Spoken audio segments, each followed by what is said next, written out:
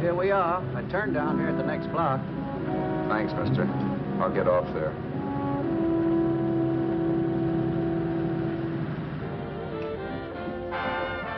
Want anything else?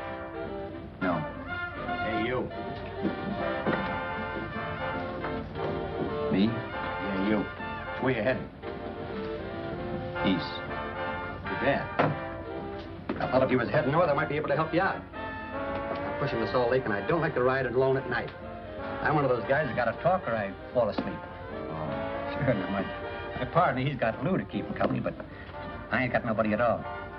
Where you coming from? West. Yeah, sure, I know, but where, L.A.?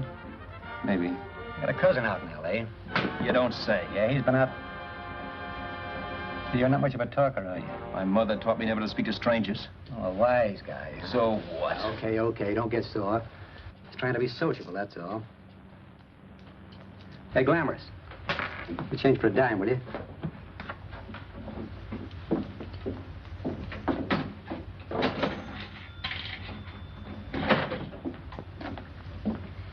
Let's have something quieter this time, Joe. My head's splitting. Is that what's wrong with it?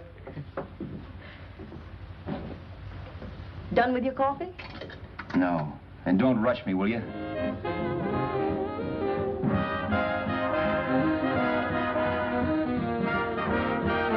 Hey, turn that off. Will you turn that thing off? What's eating you now? Yeah, what's eating you? That music, it stinks. Oh, you don't like it, huh? No, turn it off. Oh, wait a minute, pal. That was my nickel, see? This is a free country. And I play whatever I want to. Sure, and if you don't like it, you don't have to listen to it. And you can leave here anytime you want to. Okay, I'm sorry I asked. First good piece played tonight and you don't like it. Some people just ain't got any good taste.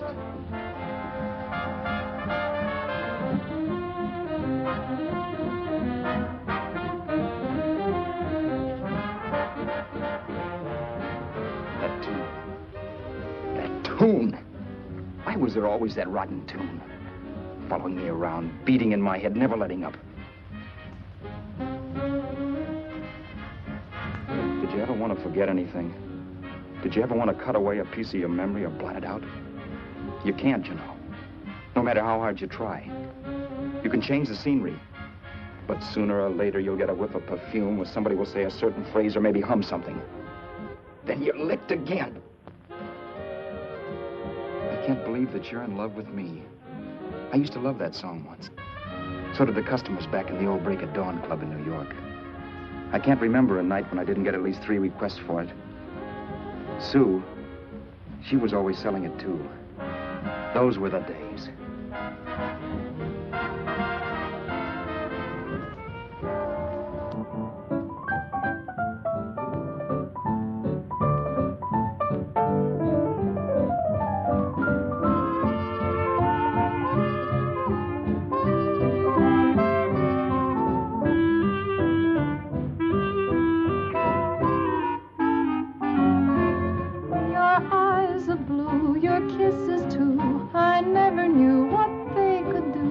I can't believe that you're in love with me.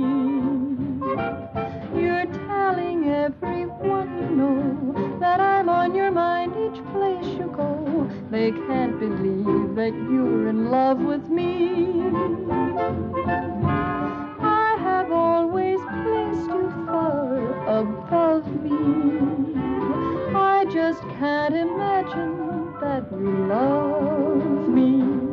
And after all is said and done, to think that I'm the lucky one, I can't believe that you're in love with me.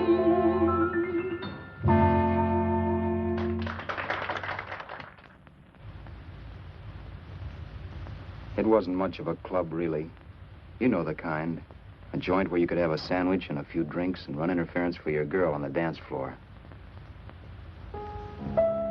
I pounded the piano in there every night from 8 until the place closed up, which usually meant 4 in the morning. A good job as jobs went in those days. Then, too, there was Sue, who made working there a little like working in heaven. But how we felt about each other, well, there was nothing very unusual in that. I was an ordinary healthy guy, and she was an ordinary healthy girl. And when you add those two together, you get an ordinary healthy romance, which is the old story. Sure. But somehow, the most wonderful thing in the world.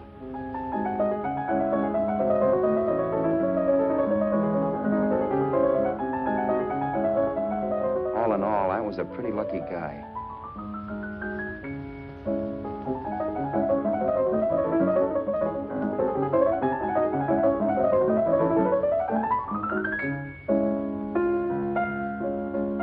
Mr. Paderewski, I presume. It's beautiful. You're going to make Carnegie Hall yet, Al? Yeah, as a janitor. I'll make my debut in the basement. I don't blame you for being bitter, darling, but you mustn't give up hope. Why, someday... Yeah, someday. If I don't get arthritis first. In the meantime, let's blow this trap.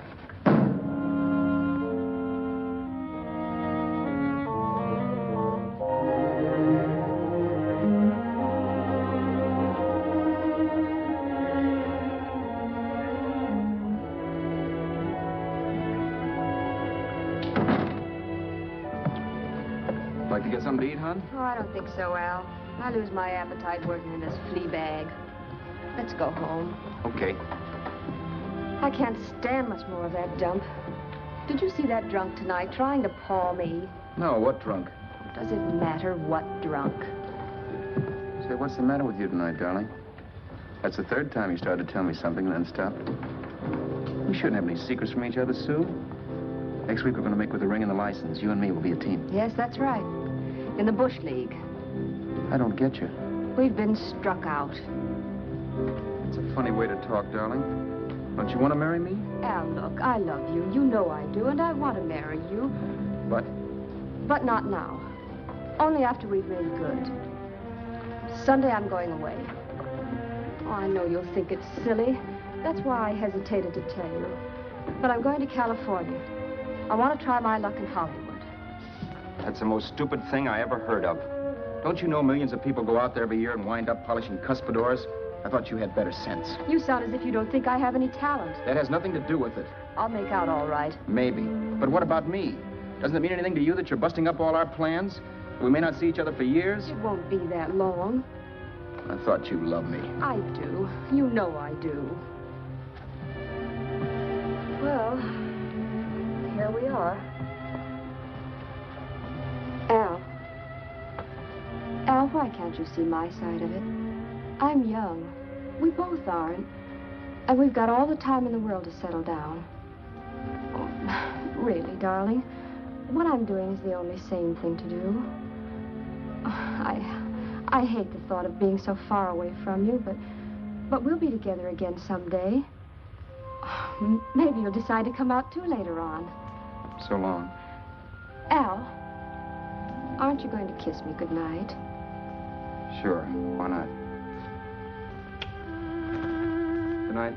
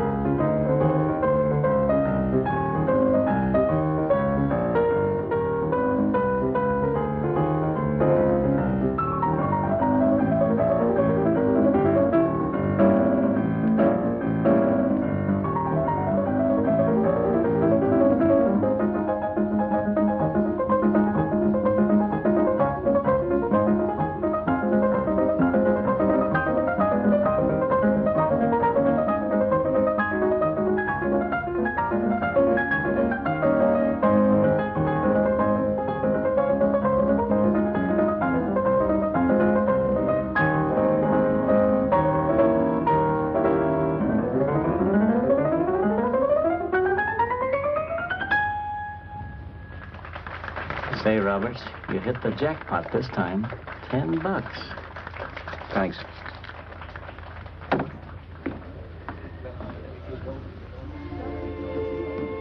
So when this drunk handed me a 10 spot after a request, I couldn't get very excited. What was it, I asked myself? A piece of paper crawling with germs. Couldn't buy anything I wanted. It couldn't. Then I thought of something.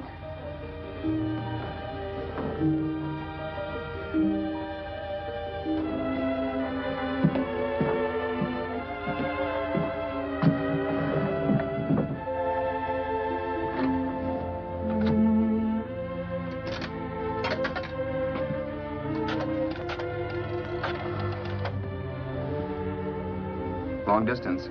I'd like to put a call through to Los Angeles. Miss Harvey. Sue Harvey, Harvey. The number is Crestview 65723.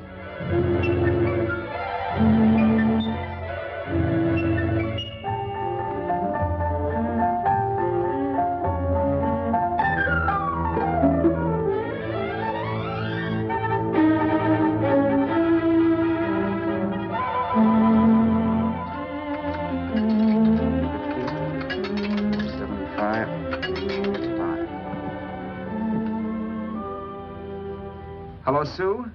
This is Al. Oh, baby, it's great to hear from you, too. What's that? You do? Oh, me too, darling. I thought I'd go batty without you. I just had to... Huh? You're working as a hashlinger? Gee, honey, that's tough. Those guys out in Hollywood don't know the real thing when it's right in front of them. You just stick it out, Sue, baby.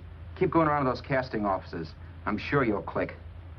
Look, I'll tell you what. You stay put out there, I'll come to you. No, don't try to stop me. Just expect me. Train? Who knows? Train, plane, bus, magic carpet. I'll be there if I have to crawl. If I have to travel by pogo stick. And then, let's get married right away, huh? That's the stuff. That's what I've been wanting to hear you say. Well, goodbye for now. I'll be seeing you soon. Yeah. Bye. The only way I could cross country was to thumb rides. For even after hawking everything, I only had enough money to eat. Money. You know what that is. It's the stuff you never have enough of. Little green things with George Washington's picture that men slave for, commit crimes for, die for. It's the stuff that has caused more trouble in the world than anything else we ever invented. Simply because there's too little of it. At least I had too little of it. So it was me for the thumb.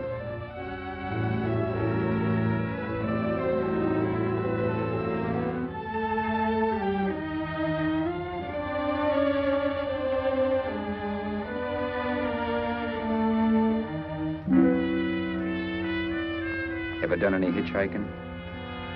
It's not much fun, believe me. Oh, yeah, I know all about how it's an education, how you get to meet a lot of people and all that. But me, from now on, I'll take my education in college, or in PS 62, or I'll send $1.98 in stamps for 10 easy lessons.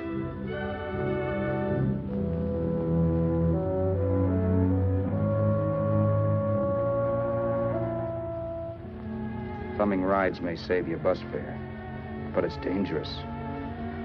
You never know what's in store for you. You hear the squeal of brakes. If only I had known what I was getting into that day in Arizona. Here, throw that in the back seat. Okay, let's go. Make sure that door's closed.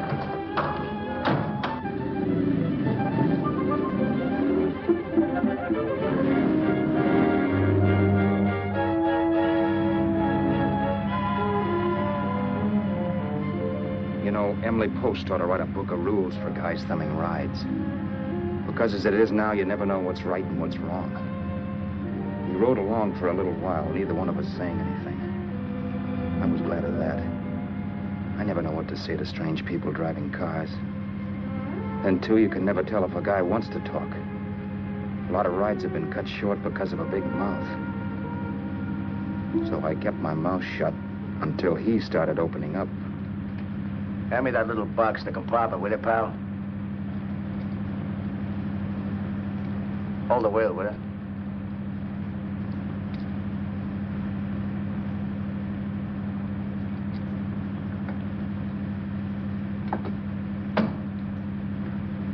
How far are you going? L.A. Wow, you're really traveling, aren't you? Yeah, but I don't expect to make it for a couple of years at the rate I've been promoting rides. Not much luck, huh? Sure, all bad. Not many people stop for a guy these days. Afraid of a stick-up, maybe. They can't blame him. Where you coming from? New York? Well, New York.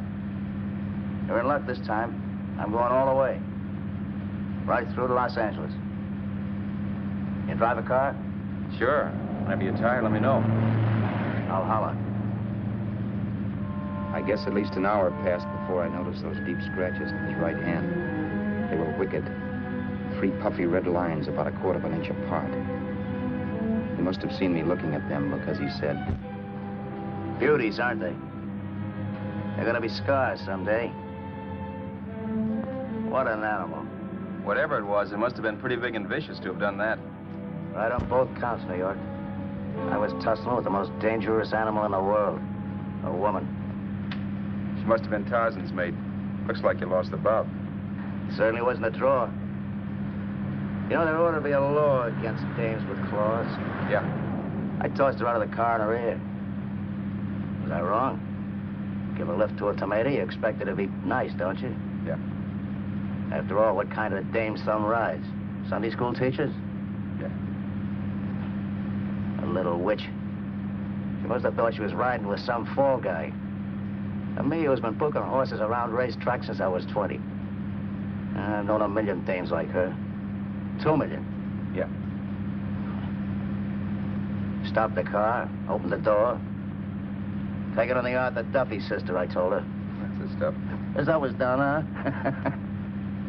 But if you want to see a real scar, brother, get a load of this. Wow. I got that one dueling. Dueling? Yeah, we're just kidding, of course. My dad owned a couple of Franco-Prussian sabers. Kept them on the wall for decorations. Well, one day, the kid and I took them down when the old man wasn't around. Had a duel. He got me in the arm here. Pretty mean cut. Infection set in later. Yeah, I can see that. Now, give me that box again, will you? Yeah.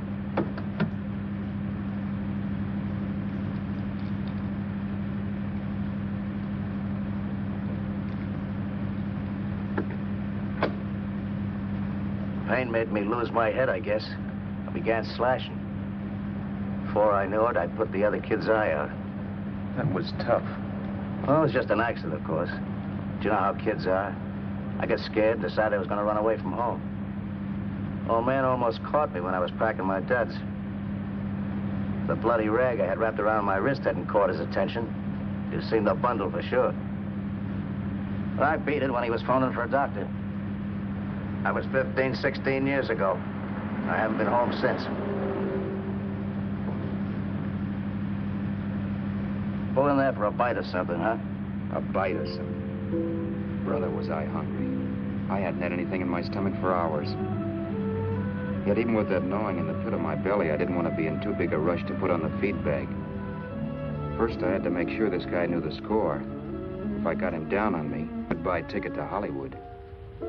I'll wait out here for you, mister.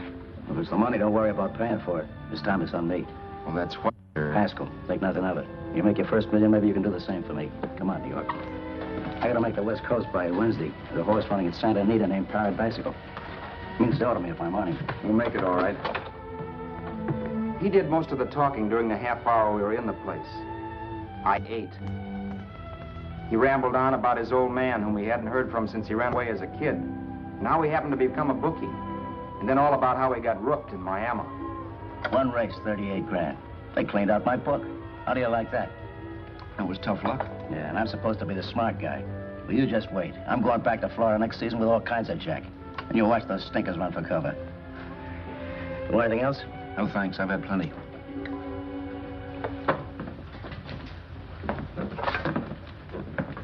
That check there, sister? Oh, just a minute. Your change, sir. Keep it, sister. Oh, thank you, sir. Call again. I'll be waiting outside for you when you finish work. Sharp check, huh?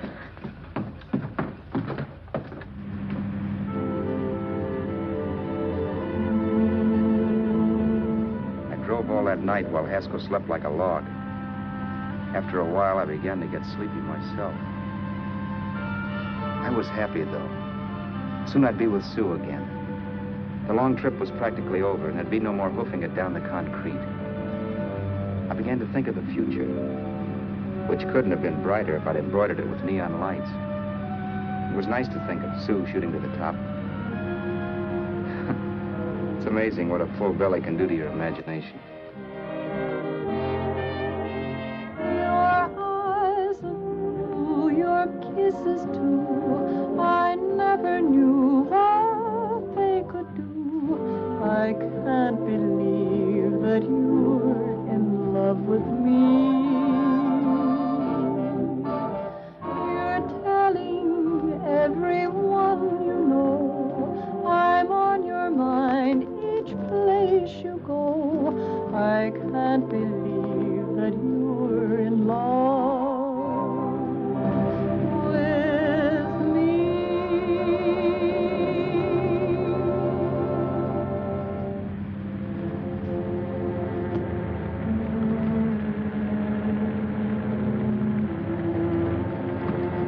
Mr. Haskell? Mr. Haskell? Mr. Haskell, wake up. It's raining. Don't you think we ought to stop and put up the top?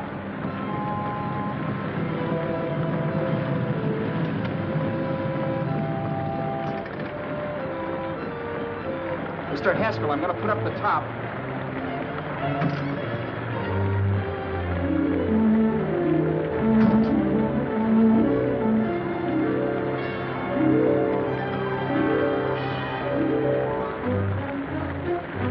Until then, I'd done things my way. But from then on, something else stepped in and shunted me off to a different destination than the one I had picked for myself. But when I pulled open that door... Mr. Haskell, what's the matter? Are you hurt? Are you hurt, Mr. Haskell? Start your sermon. I'll listen to it. But I know what you're going to hand me even before you open your mouths. You're going to tell me you don't believe my story of how Haskell died and give me that don't make me laugh expression on your smug faces. I saw at once he was dead, and I was in for it. Who would believe he fell out of the car? Why, if Haskell came too, which of course he couldn't, even he would swear I conked him over the head for his dough. Yes, I was in for it. Instinct told me to run, but then I realized it was hopeless. There were lots of people back down the road who could identify me. That gas station guy and the waitress. I would be in a worse spot then, trying to explain why I beat it. The next possibility was to sit tight and tell the truth when the cops came. But that would be crazy. They'd laugh at the truth. And I'd have my head in the noose. So what else was there to do but hide the body and get away in the car? I couldn't leave the car there with him in the gully. That would be like erecting a tombstone.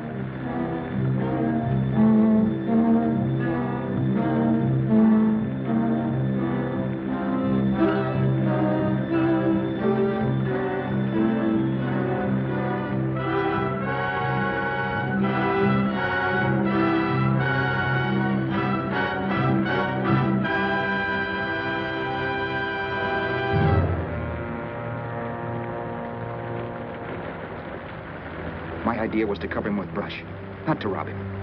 But then I remembered that even if I only drove the car for 100 miles or so, I would need money for gas. Besides, it was stupid of me to leave all that money on a dead man. Not only that, I'd have to take his driver's license in case I was stopped for something. I didn't like to think about it, but by that time I'd done just what the police would say I did, even if I didn't. My clothes. The owner of such an expensive car would never be wearing them. Some cop might pull me in on suspicion.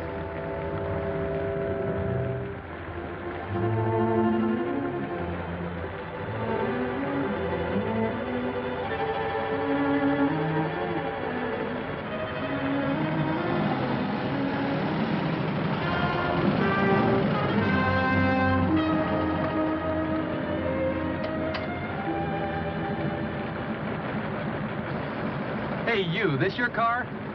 Don't you know better than to leave a car with the wheels halfway in the middle of the road? That's the way accidents happen. I'm sorry, officer. I was just putting up my top. I didn't think. Well, the next time, think. I'll let you go now, but watch your step in the future. I know that's a lonely stretch, but cars come by here once in a while, and we have plenty of crack-ups. Thanks, officer.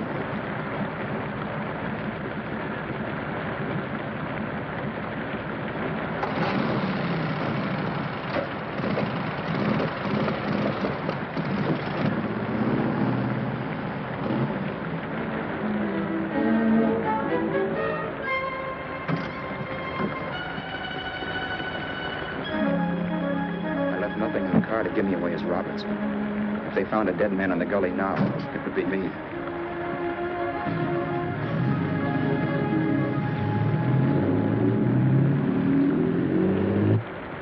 As I drove off, it was still raining, and the drops streaked down the windshield like tears.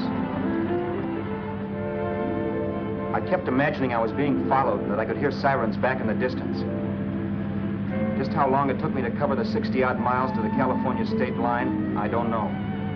I lost all track of time. But the rain had stopped and the sun was up when I pulled up to the inspection station.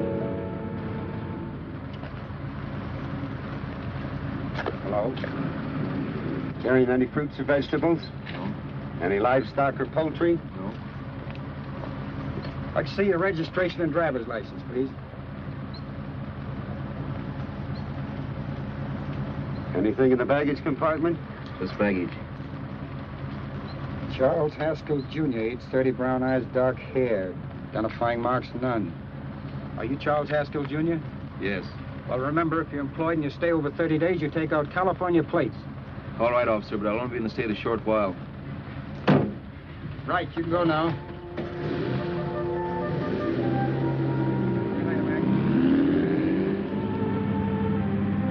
I couldn't drive any farther without some sleep. Cops or no cops, I knew I had to hit the hay and hit it hard. I was dead tired.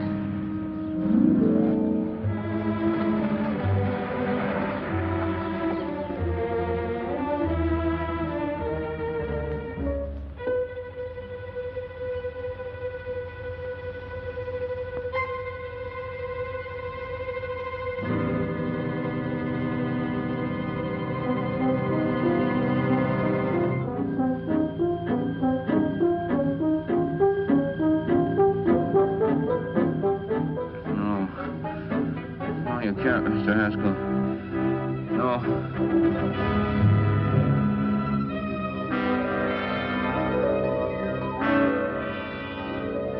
Mr. Haskell, you can't die.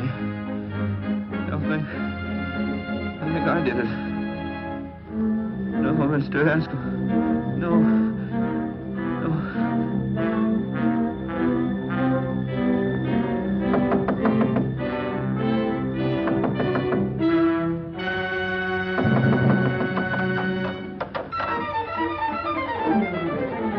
Who's there? It's the maid. Can I come in and clean? Later. In a half hour. All right, sir.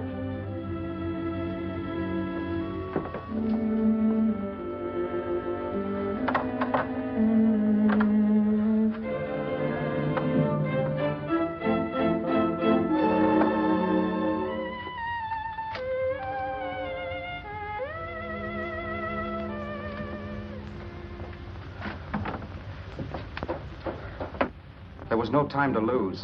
Every minute I had to be Charles Haskell was dangerous. And I'd have to be Charles Haskell until I got to some city where I could leave the car and be swallowed up.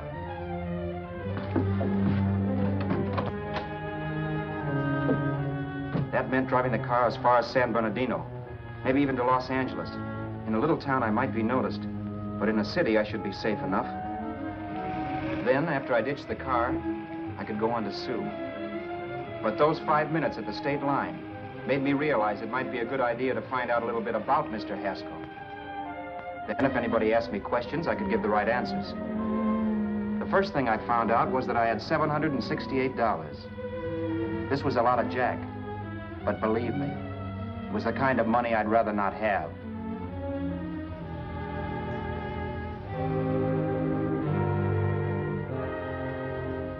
And then I found out from a letter Haskell was carting around in his bag that he wasn't the open-handed, easygoing big shot who went around buying dinners for strange hitchhikers.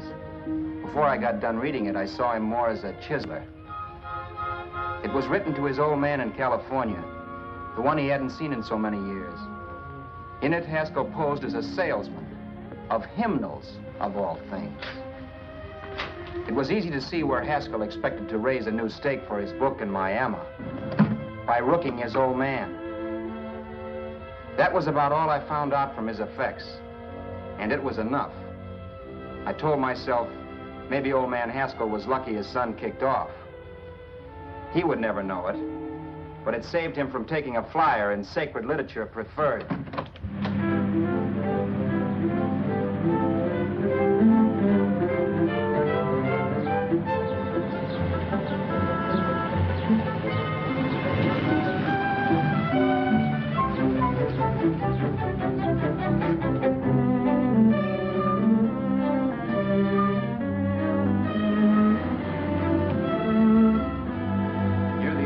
Desert Center, I pulled up for water. There was a woman. Hey, you! Come on if you want to ride.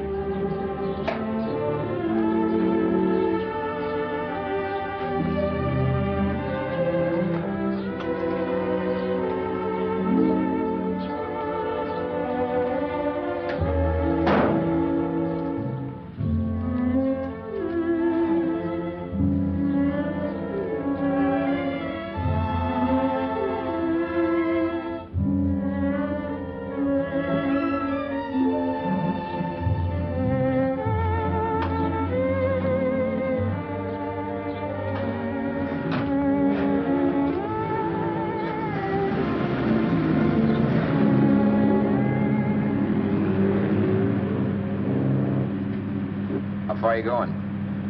How far are you going? That took me by surprise, and I turned my head to look her over.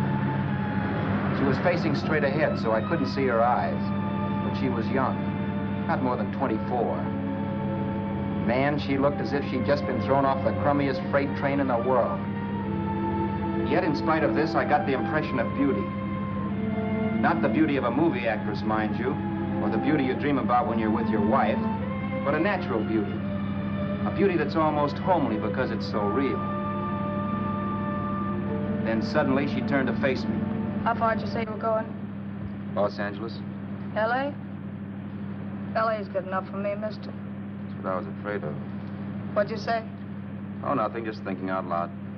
People get in trouble for doing that. What's your name? You can call me Vera if you like. You live in Los Angeles? No. Where are you coming from? Oh, back there. Needles? No. Oh, sure, Phoenix. You look just like a Phoenix girl. Are the girls in Phoenix that bad?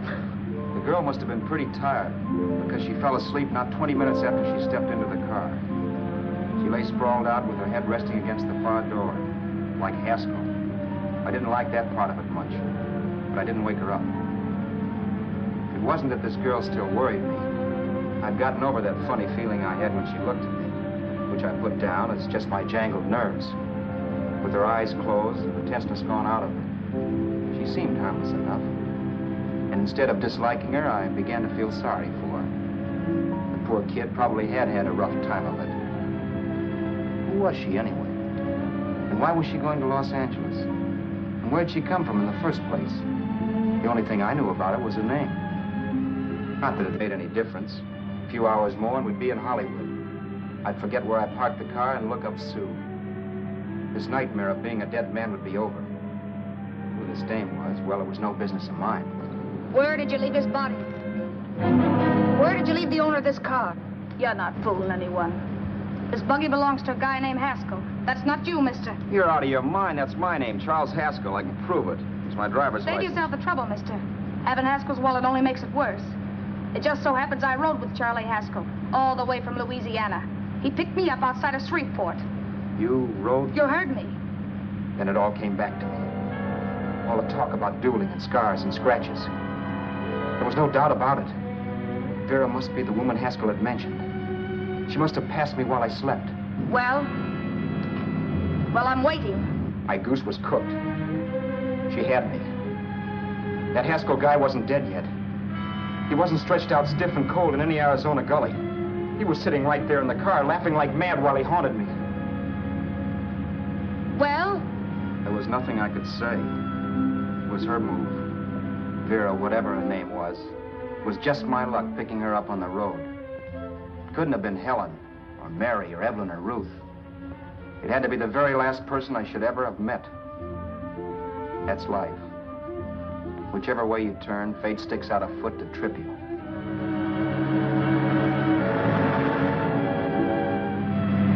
I told her everything everything, but she didn't believe my story.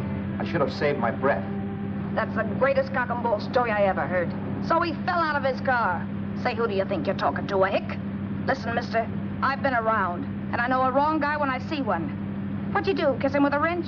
Now, wait a minute. What I told you was true. You see, that's why I had to do it. You think I killed him? Well, the cops would have thought so, too. Yeah, well, maybe they still think so. What makes you so sure I'll shut up about this? Sure, I'm innocent. Give me a break, will you? It won't do me any good having you pinched. The cops are no friends of mine. Now, if there was a reward, but there isn't. Thanks. Don't thank me yet. I'm not through with you by a long shot. Let's see that roll.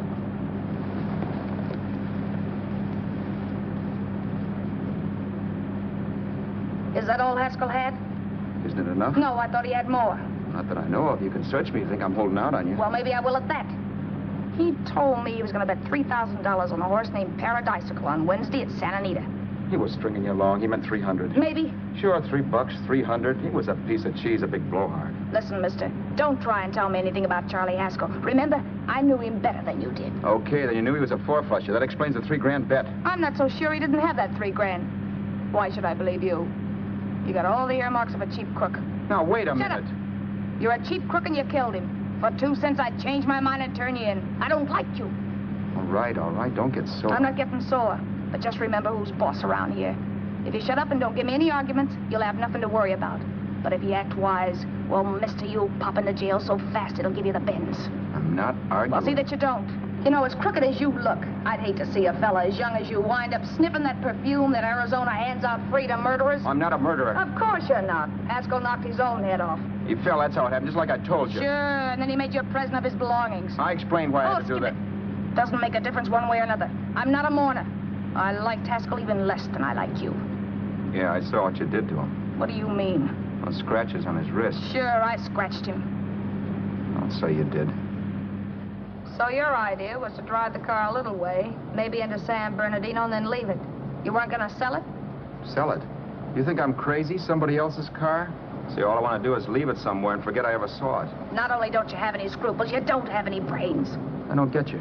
Maybe it's a good thing you met me. You'd have got yourself caught, sure. Why, you dope. Don't you know a deserted automobile always rates an investigation? Huh? Look, the cops find a car. Then they get curious. They wonder where the owner is. So, all right, they don't trace Haskell. They trace you. I never thought of that. The only safe way to get rid of the car is to sell it to a dealer. Get it registered under a new name. Say, stop at the next store. I want to get a bottle and do some shopping before we hit L.A. Okay. As soon as we find a place, I'll drop you off and pick you up later. Nothing doing. You're coming in, too. From now on, you and I are like the Siamese twins. Have it your way, but I don't get the point. The point is, I don't want you to get lost. I'm not going to beat it if that's what you're afraid of. I'll say you're not. Well, I'm going to see that you sell this car so you don't get caught. Thanks. Of course, your interest wouldn't be financial, would it? You would want a small percentage of the profits. Well, now that you insist, how can I refuse? 100% will do. Fine. I'm relieved. I thought for a moment you were going to take it all. I don't want to be a hog. A few hours later, we were in Hollywood. I was recognizing places Sue had written about. It struck me that far from being at the end of the trip, there was a greater distance between Sue and me than when I started out. Vera wasn't kidding with that Siamese twins crack. She rented a little apartment as Mrs. Charles Haskell. When I objected to this, she explained that it was on account of the car. A dealer might think something was funny if he called and found we were using different names.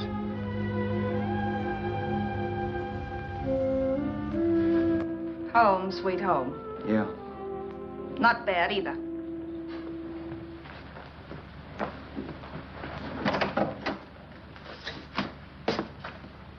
In case there's any doubt in your mind, I'll take the bedroom. Yeah. Sure is stuffy in here.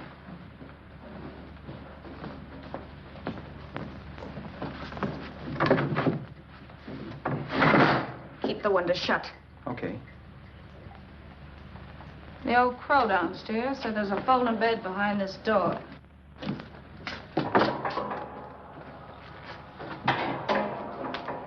You know how to work it? I invented it.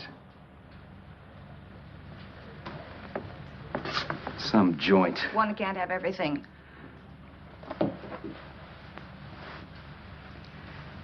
I'm first in the bathtub. I don't know why, but I figured you would be.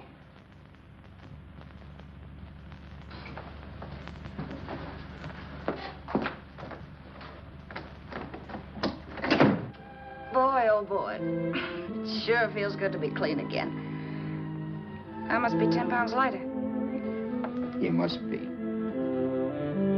Well, hitching rides isn't exactly the way you keep your schoolgirl complexion. I wish that guy with the sax would give up. Gets on my nerves. Forget it. Have a drink. Aren't you afraid I might take you up on it? If I didn't want to give you a drink, I wouldn't have offered it. Why be a sorehead, Roberts? You got yourself into this thing. You should be grateful I'm not turning you in. Why, if I wasn't regular, you'd be in the pen this minute, being photographed, fingerprinted, and being pushed around by the cops. So cheer up. Get rid of that long puss. Or is your conscience bothering you?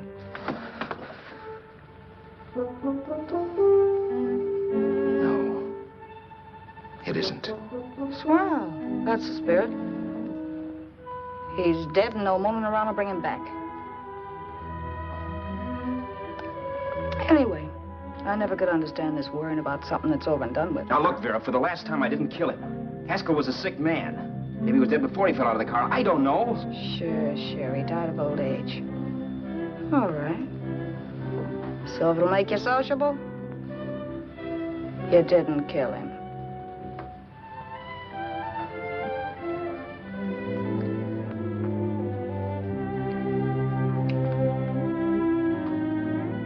Thanks.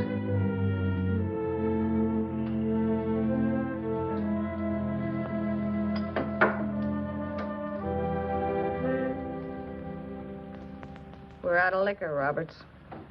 Yeah. Too bad. I felt like getting tight tonight. Well, I think you succeeded. Am I tight? As a prima donna's corset. That's good. I wanted to get tight. Why? What have you got to get tight about? Oh, I don't know. Few things. Huh. You should have my worries. If I had your troubles, I'd stay sober. And I've got the key to that door. Yeah. Maybe you're right. I'm always right.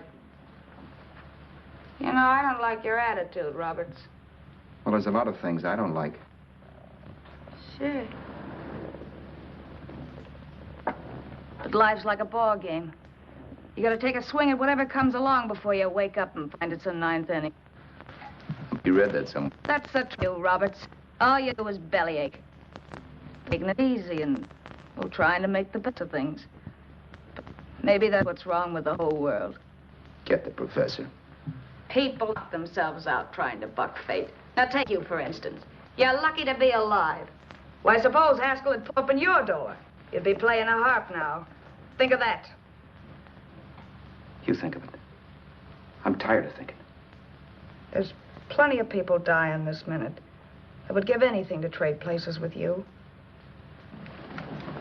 I know what I'm talking about. I'm not so sure. At least they know they're done for.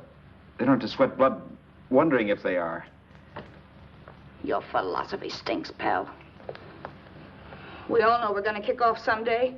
It's only a question of when. But what got us on this subject anyway? We'll be discussing politics next. Yeah. Where'd you hide the butts? On the table, sucker.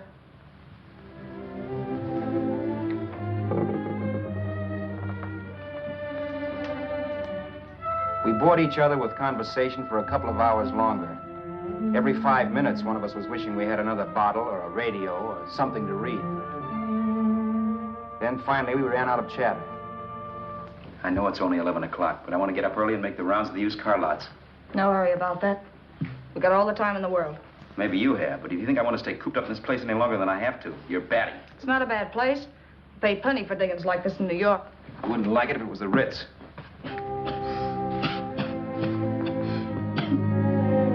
rotten liquor. You got a mean cough. Ought to do something about it. I'll be all right. That's what Camille said. Who? Nobody you know. Wasn't that the dame that died of consumption? Yeah. Wouldn't it be a break for you if I did kick off? You'd be free with all Haskell's dough and car. I don't want to see anybody die. Not even me. Especially not you. One person died of me. If you did, well, that's all I need. You don't like me, do you, Roberts? Like you. I love you. My favorite sport is being kept prisoner. After we sell the car, you can go to Blazers for all I care. But not until then.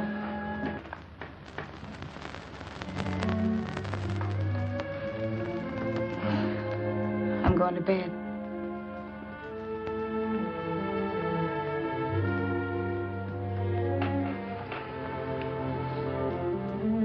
Good night, Roberts.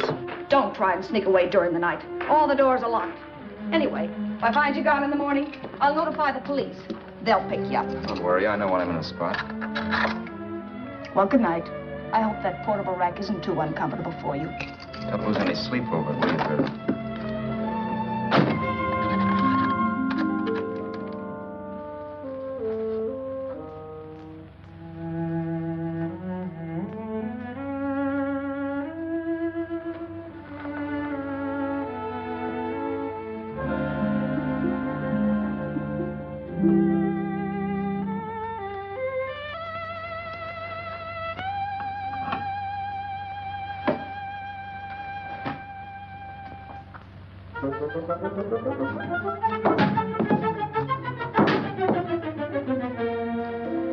Crestview. 6, 5, 7, 2, 3. Hello? Hello? Hello? Hello?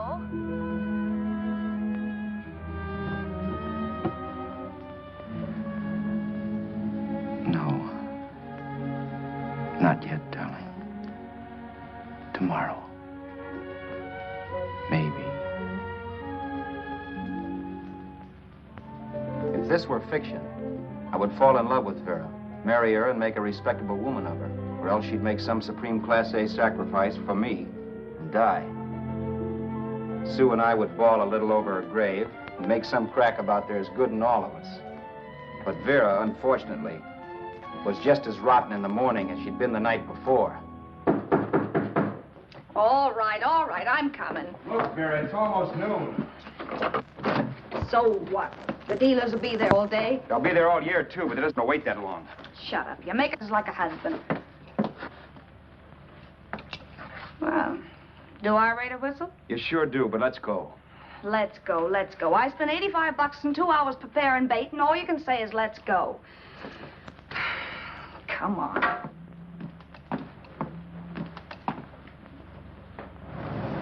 We passed a few used car lots last night down this way. What do you think we can get for this heap? I don't know. Plenty. You let me handle everything. Think we can get $2,000? I don't know, but don't worry. I'll squeeze as much out of this guy as I can. If I let it go cheap without a fight, he might think we've stolen the car.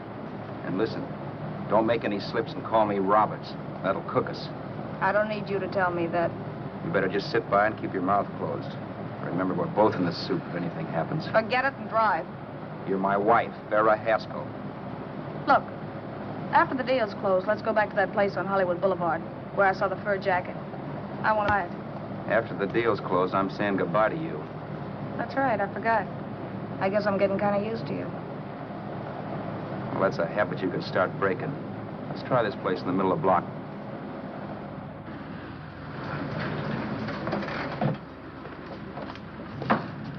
Good afternoon. What can I do for you?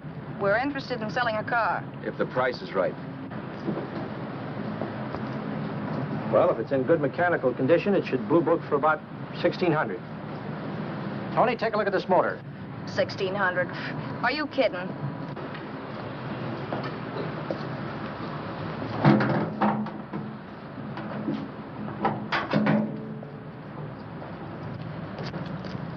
Well, maybe 1850. Before I let it go for 1850, I'll wreck it and collect the insurance first.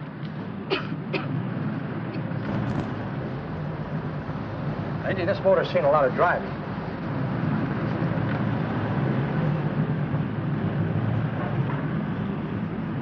While the mechanic inspected the car, we haggled. At last, when we were all worn out, we hit a compromise. His price. Okay, it's a deal. All right, come in. We'll sign the papers. I have the ownership papers right here with me. Look, Vera, in the meantime, will you clean the dash compartment? There may be some stuff in it. All right, darling.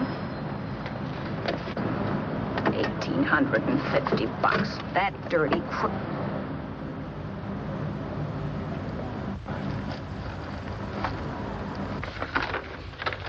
In New York, huh? Yeah. But you bought the car in Miami. Yeah. Well, now let's see about the insurance. We can either have it transferred or canceled. What kind of insurance do you have, Mr. Haskell? Well, aren't all the papers there? I don't see any. Surely you know what type of insurance you carry in the car. The name of the company? Yeah, but, Well, if you'll just tell me the name of the company, I'd be very glad to take care of all the details. well, Did you sign the papers yet? not yet. Well, don't. We're not selling the car. Well, wait a minute, Mrs. Haskell. Come on, darling. What's the matter? You changed your mind? Yes, I'm sorry. I guess I have. But, Vera... Let's go.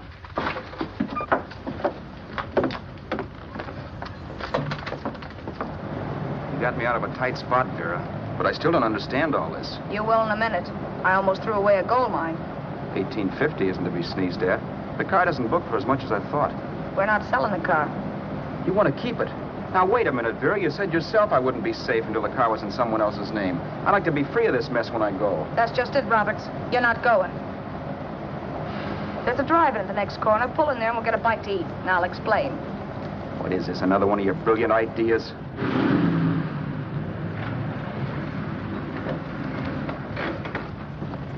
Oh, I take your order? Make mine a ham sandwich and coffee. And for you, sir? Oh, I don't care. The same.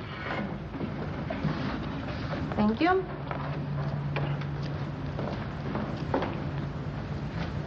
Get this, Vera. I've been pretty patient so far. I've done everything you asked me to do, but no more. Shut up. You've taken Haskell's money. You can have the dough we get from selling the car, but you're not going to keep me a prisoner. It's a good thing I bought the paper. Take a look at that. Vera, I'm in no mood. Read that.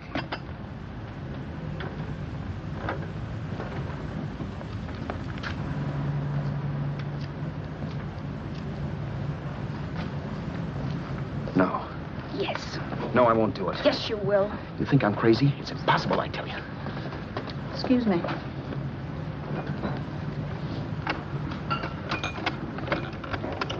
Blow the horn when you're through. No one could possibly get away with an act like that. It'd be wise to me in a minute. Don't be yellow. You look enough like him. The same coloring and the same build. See how his clothes fit you? No kidding, you almost had me fooled for a while. Oh, grow up, Vera. Don't you think a father knows his own son? And there must be other relatives. The father won't have to know you. We'll wait till he gives up the ghost. He's an old geezer and he won't pull through. And as far as other relatives are concerned, they haven't seen you in 15 or 20 years. Eat. I'm not hungry. And I won't do it. It's not as tough as it sounds. Remember, you've got all kinds of identification. His car, letters, license. I could never get away with it. It's the stupidest thing I've ever heard. The old boy has scads of dough. Look in the paper there. Personal fortune assessed at over 15 million. He'll leave plenty, I tell you. Maybe he cut off his son. How do we know? It's out, Vera. I won't have anything to do with it. I think you will. Look, Vera, I'll do anything within reason. But not that. So forget it. Find yourself another stooge. You sap. You'll be fixed for the rest of your life as Charlie Haskell. You can take your inheritance and go away. No more worrying about the rent, no sweating, scheming, wondering where your next meal's coming from. Think about that, Roberts. Vera, please, you're talking too loud. On this, I'm splitting 50-50 with you. Sure, why not? We're both alike, both born in the same gutter. Now, take it easy, Vera. There's people around here. You don't know what you're talking about. We'll wait till we read that old man Haskell's dead. Then you show up. Like you read in New York that he was sick. No. Suppose he doesn't die. He will. I know he will. Something tells me. But as much as I insisted I would have no part of her scheme, Vera was taking it for granted I would. Neither of us had our mind on the cards as we played that night. I knew we were just trying to kill time between newspaper editions. This was a death watch for Vera. Maybe it was for me, too. Don't you realize if I'm caught, they'll want to know where I got the car and stuff, and they'll have me on a murder charge. If you're smart, you won't get caught. I knock for 7. And if I'm caught, don't you realize you'll be out, too? 18 points, that gives me 30. How will I be out? You'll be out $1,850 we would have gotten on the car. Really, Vera, you'd be an awful chump if you threw away all that dough on a dizzy long shot. Let me sell the bus tomorrow. With the money it'll bring and what you've already got, a clever kid like you can run it up in no time. Then we'd both be in the clear. I'll be in the clear anyway. Maybe. Maybe. But if I got caught, I'd get good and sore at you, you know. You mean you'd squeal? Oh, no, not squeal exactly. Never mind what you meant. Even if you did tell the cops I was in on it with you, what could they do to me? They might give me the same medicine they gave you. Yeah. A rope. But I'm on my way now. All I'll be doing will be rushing it. All right. But think of the $1,850 you'd lose. You'd kick yourself along the block if it let it get away from you. I'll take the chance. Want another drink? You're being a goon. That's the way people wind up behind the 8 ball. Once they get a few dollars, they become greedy and want more. My. Caesar. Who? You know that Roman general? He got his for being greedy.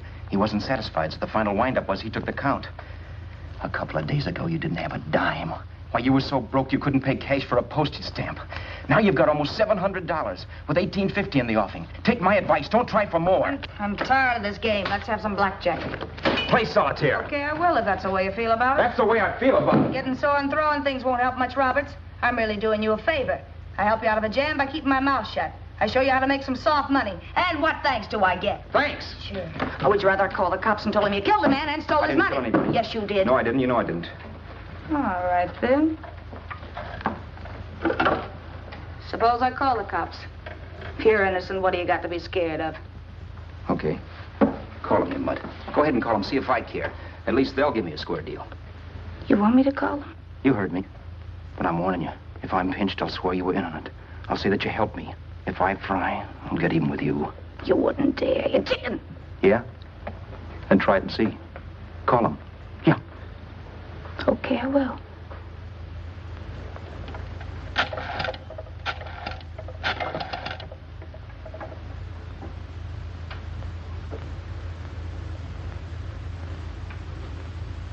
Information? I want the number of the Hollywood police station. Okay, I got it. Thanks. Wait a minute, Vera. You wouldn't do that. Well, wouldn't do that, and I'll show you if I would. Take it easy now. Let's talk this over. This was early in the evening, and the conversation, while hectic, was at least pitched low.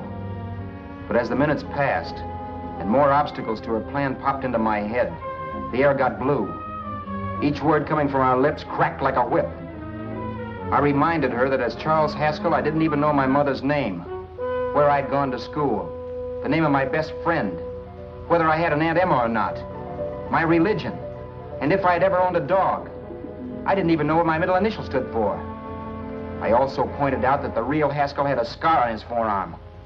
His people never saw that scar. He told me he ran away right after putting out the kid's eye. Yeah, but his father knew he was cut. It had to be some kind of a mark. So what?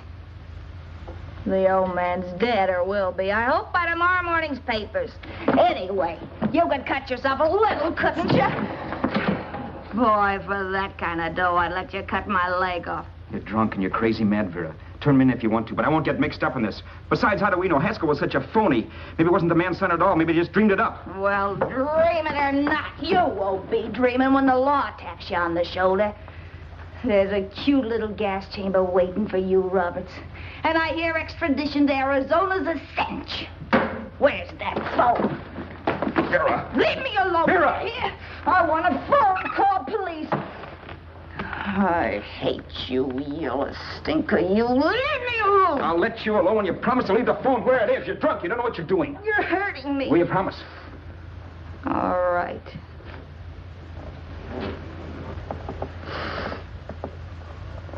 You hurt me.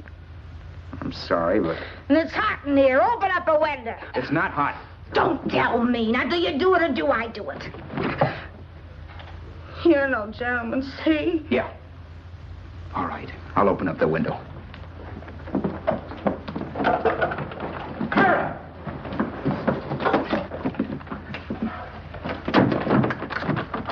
the door. Please open the door. Vera, open the door. Don't use the phone. Listen to me. I don't like you, Roberts. You're no gentleman, see? You hurt my hand, and I'm going to get even with you. If you don't open the door, I'm going to kick it down, Vera.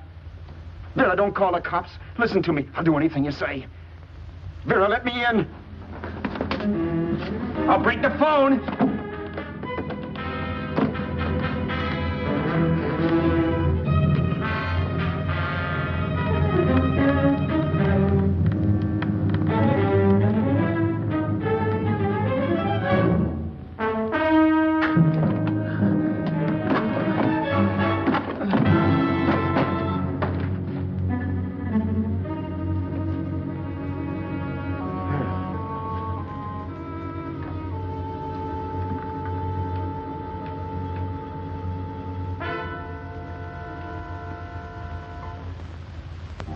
The world is full of skeptics.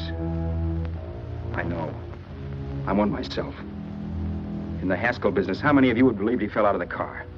And now, after killing Vera without really meaning to do it, how many of you would believe it wasn't premeditated? In a jury room, every last man of you would go down shouting that she had me over a barrel and my only out was force.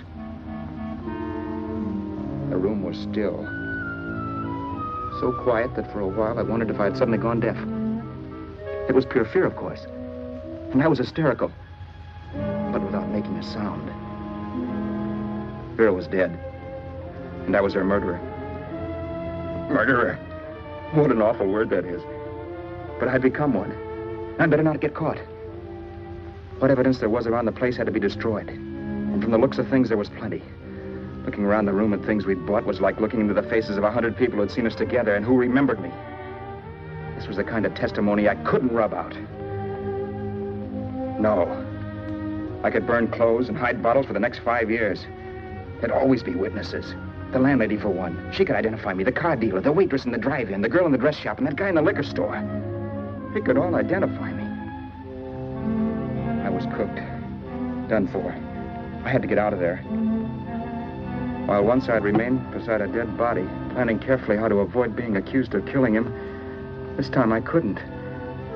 This time I was guilty. I knew it. Felt it. I was like a guy suffering from shock. Things were whirling around in my head. I couldn't make myself think right. All I could think of was the guy with the saxophone and what he was playing. It wasn't a love song anymore. It was a dirge.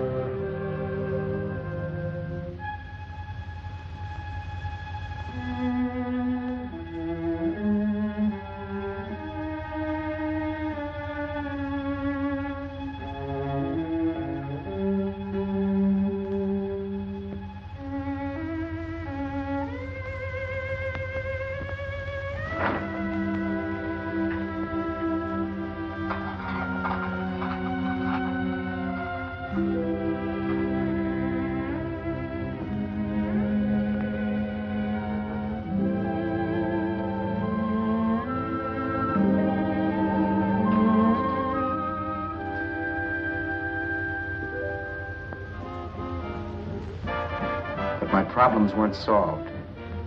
I had to stay away from New York for all time because Al Roberts was listed as dead and had to stay dead. And I could never go back to Hollywood. Someone might recognize me as Haskell. Then, too, there was Sue.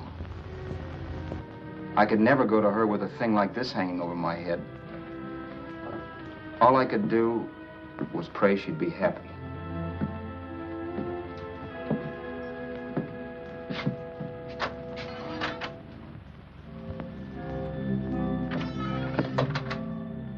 I was in Bakersfield before I read that Vera's body was discovered, and that the police were looking for Haskell in connection with his wife's murder. Isn't that a laugh? Haskell got me into this mess, and Haskell was getting me out of it. The police were searching for a dead man. I keep trying to forget what happened, and wonder what my life might have been if that car of Haskell's hadn't stopped. But one thing I don't have to wonder about. I know. Someday a car will stop to pick me up that I never thumbed.